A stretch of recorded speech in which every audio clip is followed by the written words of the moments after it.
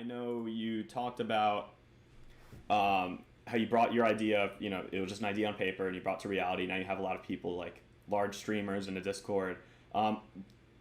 First of all, getting this idea into reality, like what was your process from idea to execution? Was it getting the people first? And we'll use FLYR as an example, your app.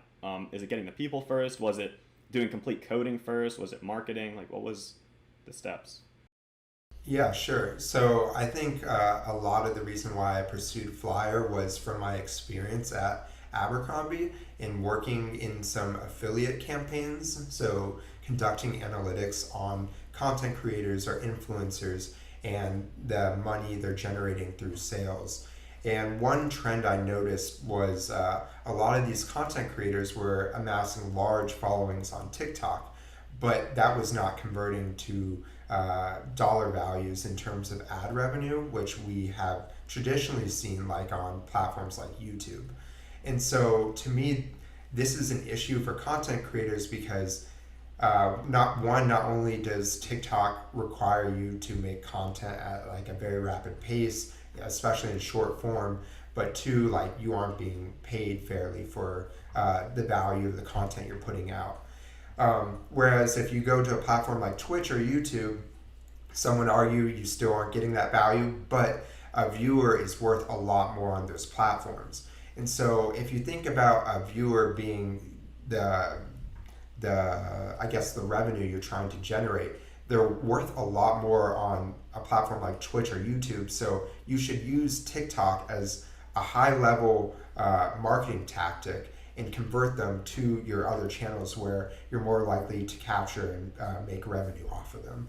And so coming from a digital analytics background, one of the very important things is a funnel. So a sales funnel. How's a customer going through the Abercrombie site to convert on a product?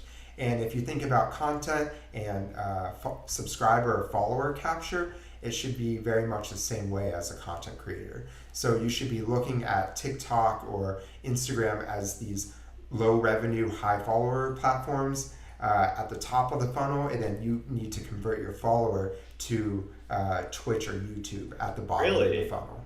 Mm-hmm. First of all, EJ, I have a question. Do you use TikTok? I religiously every single day. Really?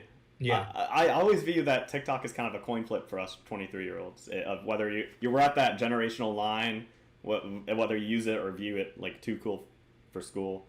Oh no, I'm on it. I gotta keep up with all my favorite like Disney stars from when I was growing up, So I'm following both like the Sprouse twins, and honestly, that's it. I need to follow them right now. I don't know how. Yeah, you gotta get on that, dude.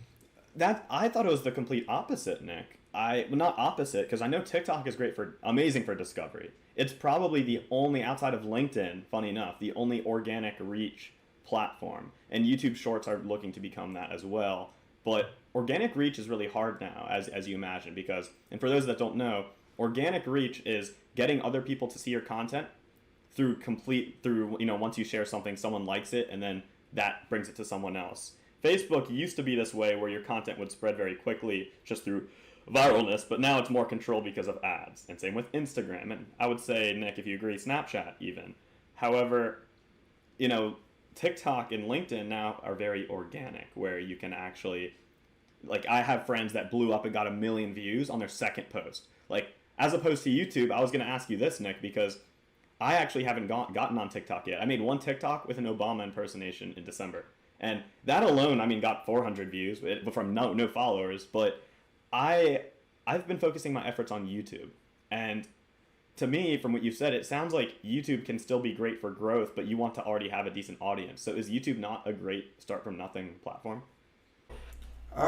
So I think you can start on any of the platforms. I think to me, the importance, like for any content creator, is the idea of utilizing multiple platforms and understanding how they should work, because your product ultimately is yourself and the content you're creating. So each platform should behave a little bit differently. So in terms of starting, you can choose which platform you want to start on. If you're purely trying to monetize the content you create, I would say you should start on YouTube or Twitch, because that's where you're going to earn the most money. In terms of growth, again, turn something like TikTok. In terms of brand recognition, I would say Instagram. That's where you want to build out your curated content, or like your branded content, where they can go and say, hey, who's Josh? On Instagram, that's where they're going to see that. And so that's how I would treat the different platforms. So depending on where you want to grow and what you want your audience to look like, really comes down to what you want. Half of all 25 plus year old viewers listening, is there any other way besides TikTok to organically grow from nothing? Or, I mean, I know you can grow from anywhere, but like the best. Yeah, sure. So I think Twitter is another great platform in terms of viral growth.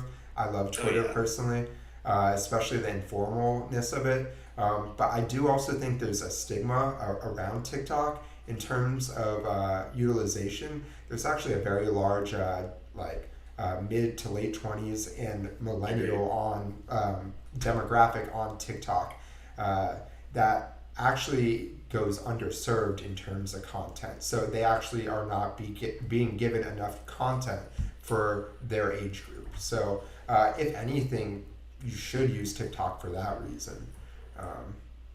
Hashtag sponsored by TikTok. Yep, I can't believe you're a shill the whole time and you never told me.